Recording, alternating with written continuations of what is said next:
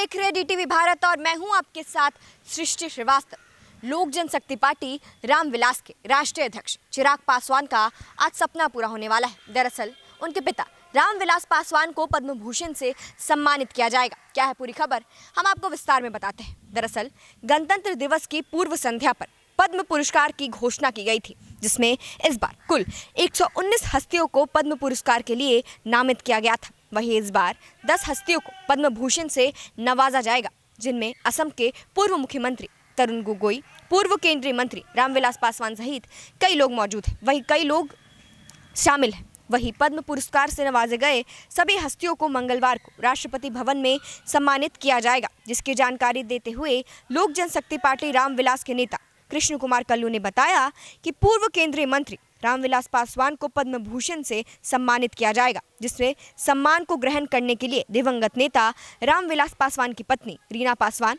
और पुत्र चिराग पासवान मौजूद रहेंगे।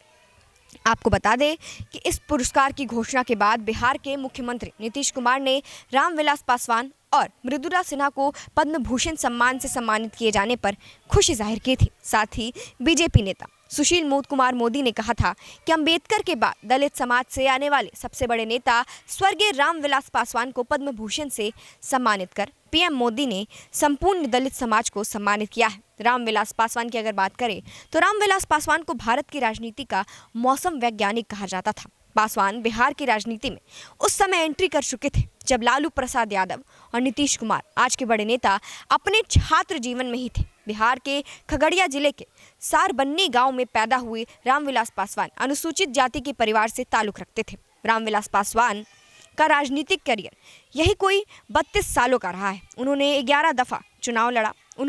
रामविलास पासवान के नाम एक अनोखी उपलब्धि दर्ज है। उन्होंने अपने राजनीतिक जीवन में 6 प्रधानमंत्रियों के साथ काम किया। हर आम युवा नौजवान की तरह ही रामविलास पासवान ने भी अपनी पढ़ाई पूरी करने के बाद सरकारी नौकरी की तैयारी कर दी। ये 1960 का दशक था और बिहार की राजनीति में उस समय काफ़ी उथल पुथल मची हुई थी। सरकारें बनती और गिरती।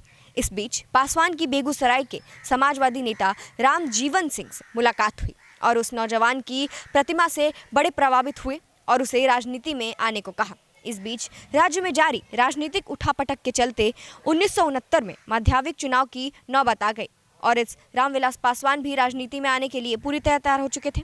इस तरह उन्होंने अपना पहला चुनाव संयुक्त सोशलिस्ट पार्टी के टिकट पर अलौली विधानसभा क्षेत्र से लड़ा और जीत हासिल की। रामविलास पासवान कभी पुलिस फोर्स में जाना चाहते थे। इतना ही नहीं, बिहार पुलिस में डीएसपी पद के लिए उनका चयन भी हो गया था, लेकिन समाजसेवी नेता रामजीवन सिंह उनको राजनीति में ले आए और फिर वे हमेशा के लिए राजनीति के होकर रह गए। 5 जुलाई 1946 को जन्मे रामविलास पासवान ने एलएलबी की थी। रामविलास पासवान ने अपनी निजी जिंदगी को ज़्यादा सार्वजनिक नहीं किया। उन्होंने 2 शादियां की थी।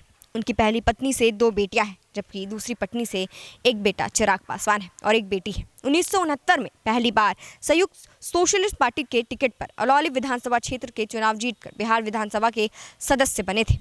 रामविलास पासवान के एक अनोखी उपलब्धि, उन्होंने अपने राजनीतिक जीवन में 6 प्रधानमंत्रियों के साथ काम किया।